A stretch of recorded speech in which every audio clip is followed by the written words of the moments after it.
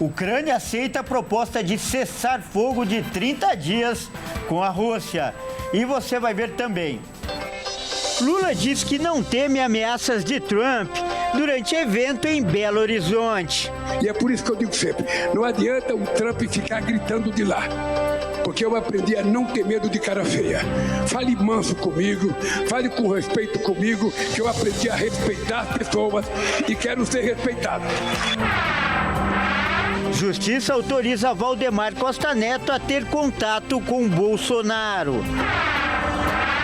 TikTok lança novo recurso para reduzir tempo de tela de adolescentes. E ainda, Corinthians e Palmeiras se unem para fretar avião e não perder jogadores na final. Tudo isso você confere a partir de agora no Jornal das 18h30.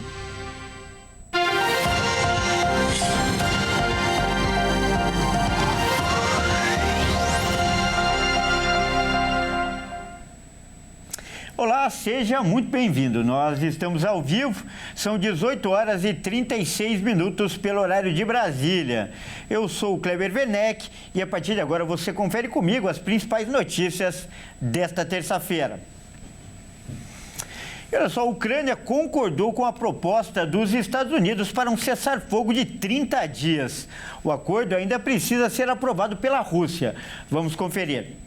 Durante o encontro das autoridades da Ucrânia e dos Estados Unidos, na Arábia Saudita, os países discutiram sobre a guerra e chegaram a uma proposta para cessar fogo imediato de 30 dias. A Ucrânia aceitou a proposta e os Estados Unidos anunciaram que vão voltar com o compartilhamento de informações de inteligência e assistência de segurança à Ucrânia. Além disso, os dois países entraram em um consenso para concluir o acordo de exploração dos recursos minerais ucranianos. A proposta ainda precisa ser aprovada pela Rússia e assinada pelas partes, mas ainda não há prazo para o início, caso seja aprovada. O presidente ucraniano Volodymyr Zelensky afirma que o país está pronto para aceitar a proposta e acrescentou que ela garante a segurança em todo o país. Zelensky também afirma que a Ucrânia sugeriu que o acordo garantisse a troca de prisioneiros civis e militares e a devolução das crianças que foram levadas à força pela Rússia. Segundo o secretário de Estado dos Estados Unidos, Marco Rubio, o prazo de 30 dias do cessar-fogo pode ser prorrogado por mais tempo e isso deve ser negociado entre Ucrânia e Rússia. E durante um discurso em um evento em Minas Gerais, o presidente Lula disse que não adianta o presidente Trump ficar gritando e completou dizendo que não tem medo de cara feia. Durante o discurso do presidente Lula, na inauguração do Centro de Desenvolvimento de Tecnologia Híbrida, Flex, no estado de Minas Gerais, ele mencionou o presidente dos Estados Unidos, Donald Trump. Em fala sobre a economia brasileira, Lula afirmou que não tem medo de cara feia de Donald Trump e que não adianta o presidente americano ficar gritando. E eu quero dizer para vocês, alto e bom som, pode ter certeza, a economia brasileira vai continuar crescendo, a gente vai continuar gerando emprego, a inflação vai baixar, nós fizemos a maior política tributária que esse país já viu na história e todo mundo vai ganhar. Porque nós não queremos o Brasil para nós queremos o Brasil para vocês. E é por isso que eu digo sempre, não adianta o Trump ficar gritando de lá, porque eu aprendi a não ter medo de cara feia. Fale manso comigo, fale com respeito comigo, que eu aprendi a respeitar as pessoas e quero ser respeitado. É assim que a gente vai governar esse país. É assim que a gente vai governar esse país.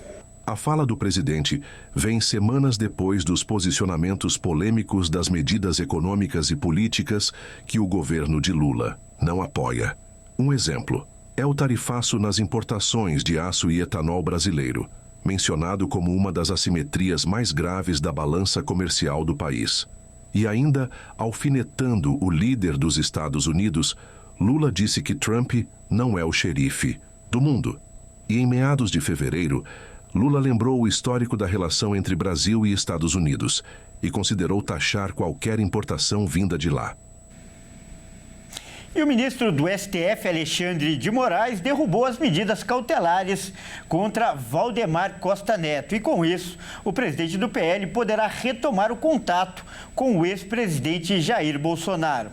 Nesta terça-feira, o presidente do Partido Liberal, Valdemar Costa Neto, se reuniu com o ministro Alexandre de Moraes para apresentar uma petição para a revogação de medidas contra ele, especialmente o fim da proibição de manter contato com o ex-presidente Jair Bolsonaro. A reunião foi rápida, mas muito positiva. Em apenas 20 minutos, Valdemar deixou o local, indo embora juntamente com seu advogado, e também com a permissão concedida por Moraes para restabelecer diálogo junto a Jair Bolsonaro. Eles estavam proibidos de se comunicar desde fevereiro de 2024, ao serem alvos da operação que investiga a suposta tentativa de golpe de Estado para tentar manter o antigo chefe de Estado do Brasil na presidência da República. Mas, de acordo com advogados de Valdemar, ao contrário de Bolsonaro, o presidente do PL não foi denunciado pela Procuradoria-Geral da República. Além da permissão do contato com o ex-presidente, Alexandre de Moraes também revogou outras medidas cautelares que haviam sobre Valdemar Costa Neto, como a apreensão do passaporte e também de bens apreendidos na investigação. Vamos falar de economia agora. As vendas de imóveis novos cresceram e mantiveram o mercado aquecido em 2024, pelo segundo ano seguido. Sair do aluguel é a grande motivação para a compra da casa própria. As vendas de imóveis novos cresceram 12% e superaram os 186 mil unidades comercializadas em 2024. O crescimento do mercado imobiliário brasileiro ficou aquecido pelo segundo ano seguido. A Associação Brasileira de Incorporadoras Imobiliárias lembrou que o número foi impulsionado pelo avanço do Minha Casa, Minha Vida. As 136 mil unidades vendidas do programa habitacional entre janeiro e dezembro do ano passado representam 73% de todos os imóveis adquiridos. Por outro lado, o segmento de médio e alto padrão apresenta estabilidade, com 43 mil contratos em 2024. O levantamento mostra que os lançamentos crescem guiados por imóveis destinados ao Minha Casa, Minha Vida. Segundo especialistas, os mais prejudicados são aqueles que dependem de financiamento e não estão enquadrados nas regras do programa habitacional. Mudanças sociais contribuíram para o bom desempenho do setor nos últimos anos, como pessoas com idade entre 30 e 5 e 40 anos, que estão se casando mais tarde e, por isso, impulsionam o mercado. A principal motivação para comprar um imóvel é sair do aluguel. A percepção foi apontada por 37% dos entrevistados do estudo da Brain Inteligência Estratégica, seguida por trocar de imóvel com 17% e sair da casa dos pais com 11%. Vamos falar de saúde. Uma ficha médica está disponível em aparelhos celulares para casos de emergência. O objetivo é que as principais informações da pessoa possam ser encontradas caso ela precise de socorro. Imagina você estar caminhando sozinho na rua, passa mal ou se envolve em um acidente. A quem recorrer? Como as pessoas vão saber os seus dados pessoais e de saúde essenciais para o socorro? Agora é possível disponibilizar por meio de uma ficha médica na tela do seu celular, mesmo ele estando bloqueado. Apesar de muito útil, muitos não sabem dessa funcionalidade. Não sabia. Primeira vez que eu ouço falar. Não, eu nem sabia. Estou sabendo agora. Sabendo disso, vai dar uma pesquisada depois para poder ver? Vou sim, com certeza. É bom, né, ter isso? Com certeza, né? Facilitar a vida da gente é muito melhor, né? Ana Paula conhece a ferramenta e já fez a adição das informações de saúde dela e dos contatos, em caso de emergência. Tenho sim, deixo lá o contato da minha mãe, do meu pai, do meu namorado, para justamente quando precisar, acionar ali rapidinho e entrar em contato com eles. É importante, né? Fora os outros dados também que tem, né? Sobre informações mais pessoais minha, para caso precise, tá tudo lá. Mas é importante. Muito importante. Para ativar no smartphone Android, basta ir às configurações. Geralmente o ícone é de uma engrenagem. Na lupa de pesquisa, digite ficha médica, selecione a opção Informações médicas e adicione as informações, como nome, condições médicas, tipo sanguíneo, alergias, medicamentos que toma, peso, altura, dentre outros. Depois basta salvar.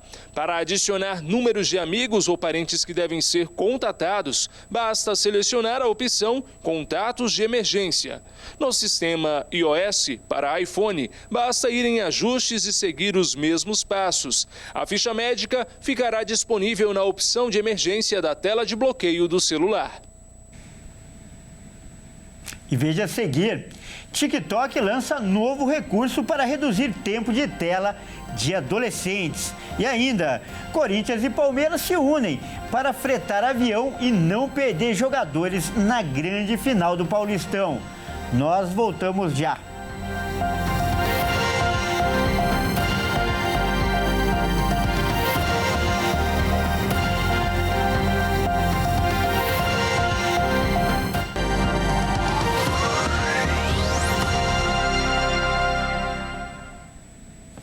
Mais uma vez, seja muito bem-vindo. Nós estamos de volta e ao vivo. São 18 horas e 48 minutos pelo horário de Brasília.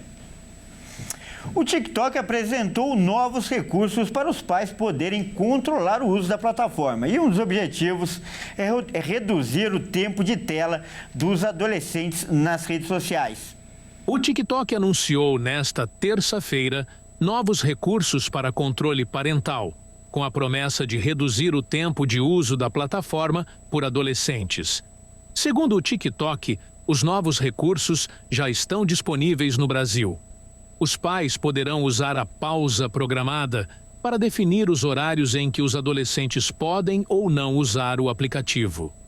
Segundo a plataforma, tempo adicional pode ser solicitado, mas apenas o responsável pode aceitar. Outro recurso é a sincronização familiar. A ferramenta foi atualizada para permitir que os pais verifiquem quem o adolescente segue e quem o segue de volta, além de visualizar contas bloqueadas. Além disso, o TikTok adicionou a hora de sono. Para reduzir o tempo de uso à noite, o recurso exibe um aviso na tela com uma música suave, caso o adolescente esteja na plataforma após as 22 horas. Segundo a empresa, se um jovem decidir continuar no TikTok após o primeiro lembrete, um segundo aviso será exibido, tornando a interrupção mais difícil de ignorar. Em países onde isso já foi testado, a maioria dos usuários decide manter este lembrete ligado. Como complemento à hora do sono, o TikTok testará, nas próximas semanas, um exercício de meditação que, de acordo com a empresa, pode ajudar na melhora da qualidade do sono. E agora é hora da gente falar de esportes aqui no Jornal das 18h30. E quem traz as informações é o Pedro Veraldi. Boa noite, Pedro. Seja muito bem-vindo. A gente começa falando de esporte, mas também de um caso de polícia, né, Pedro? A gente vai falar do caso do ídolo argentino Diego Armando Maradona. Afinal, hoje começou o julgamento que pode incriminar 7 médicos relacionados à morte do ex-jogador, não é, Pedro? Isso mesmo, Kleber. Boa noite a você, boa noite a todos que nos assistem. Hoje é o primeiro dia das audiências, que vão até julho. E logo na primeira sessão, o promotor divulgou imagens nunca vistas do craque. Hoje é o primeiro dia de júri dos 7 profissionais da saúde que estão sendo julgados pelo abandono e desamparo médico a um dos maiores nomes da história do futebol, o argentino Maradona. A primeira novidade do caso foi que o promotor mostrou uma foto do ex-jogador na cama, minutos após sua morte. O camisa 10 morreu aos 60 anos por uma parada cardíaca, mas os promotores analisaram que os médicos deixaram o ex-jogador desamparado e não cumpriram a função de cuidar do paciente. Segundo a promotoria, Maradona deveria ter recebido cuidados intensivos em casa, mas foi abandonado à sua própria morte. Em 2021, uma comissão médica criada pela Justiça Argentina concluiu que o atendimento foi inadequado, deficiente e imprudente, e que deixaram Maradona morrer após 12 horas de agonia. As audiências terão 120 testemunhas de todos os tipos e devem se estender até julho. Um fator que terá grande influência no julgamento é a pressão popular. De acordo com as provas e depoimentos, os fãs podem ter um ponto de vista e fazer pressão para fazer justiça àqueles que são considerados responsáveis por abandonar um dos maiores jogadores da história. Bom, Pedro, vamos falar agora da final do Paulistão. Uma parceria inusitada começou hoje no futebol paulista, não é mesmo? Quem diria, Kleber? Corinthians e Palmeiras se uniram para que seus jogadores consigam voltar da data FIFA o mais rápido possível. E assim, ter à disposição todos os jogadores para o segundo jogo da final do Campeonato Paulista, que vai ocorrer 2 dias depois dos jogos das seleções. Os finalistas do Paulistão, Palmeiras e Corinthians, se uniram para que ambos tenham seus melhores jogadores no segundo jogo da grande final. Ambos os clubes têm jogadores convocados para a próxima data FIFA, que acaba 2 dias antes da decisão do estadual no dia 27 de março. Assim, as diretorias abriram conversas para juntar esforços e dividir custos na operação para adiantar o retorno desses atletas ao Brasil. As conversas ainda estão em andamento, mas a tendência é que pelo menos uma aeronave seja fretada para o transporte dos jogadores. O presidente do Corinthians comentou a situação. A gente pretende fazer uma logística em conjunto, isso é bom, nos dá economia e eu acho que é uma coisa inédita. Tem a rivalidade dentro de campo, mas aqui fora a gente sempre tem que tratar o futebol da melhor maneira possível para que a gente possa fazer sempre um bom jogo. Então tá bem tranquilo, acho que vai ter uma logística muito boa, uma coisa inédita no futebol. Até o momento, 2 jogadores do Corinthians foram convocados: o venezuelano José Martínez e o peruano André Carrillo. Se espera que o holandês Memphis Depay, o equatoriano Félix Torres e o paraguaio Ângel Romero também sejam chamados por suas seleções na próxima semana. Já o Palmeiras teve Estevão convocado pela seleção brasileira e deve perder mais atletas, como o paraguaio Gustavo Gomes, o colombiano Richard Rios e os uruguaios Piquerez, Facundo Torres e Emiliano Martínez. Paulo Bozzi, vice-presidente do Palmeiras, reforçou a união dos times. Eu acho que isso é algo muito legal, né? Tanto Palmeiras como o Corinthians fazendo algo, quer dizer, conjuntamente, acho que é muito legal e a gente estuda esse retorno. Nós temos um jogo de Colômbia e Paraguai, que a gente tem jogador do Corinthians, tem jogador do Palmeiras, e a gente pensa em fazer um fretamento único para trazer os jogadores juntos. Acho que isso mostra futebol junto, né? Todos os times pensando junto em prol do futebol é algo que sempre ajuda e agrega bastante. O primeiro jogo entre Palmeiras e Corinthians vai ser neste domingo no Allianz Parque às 18h30. E o jogo da volta na Neoquímica Arena, dia 27 de março, na quinta-feira, às 21h35. Bom, Kleber, por hoje é só. Uma boa noite para você e para todos que nos acompanham. Até a próxima. Muito obrigado pelas informações, Pedro. Até mais. Bom, isso aí, o Jornal das 18h30 fica por aqui. Eu agradeço demais pela sua companhia. Uma ótima noite e até amanhã.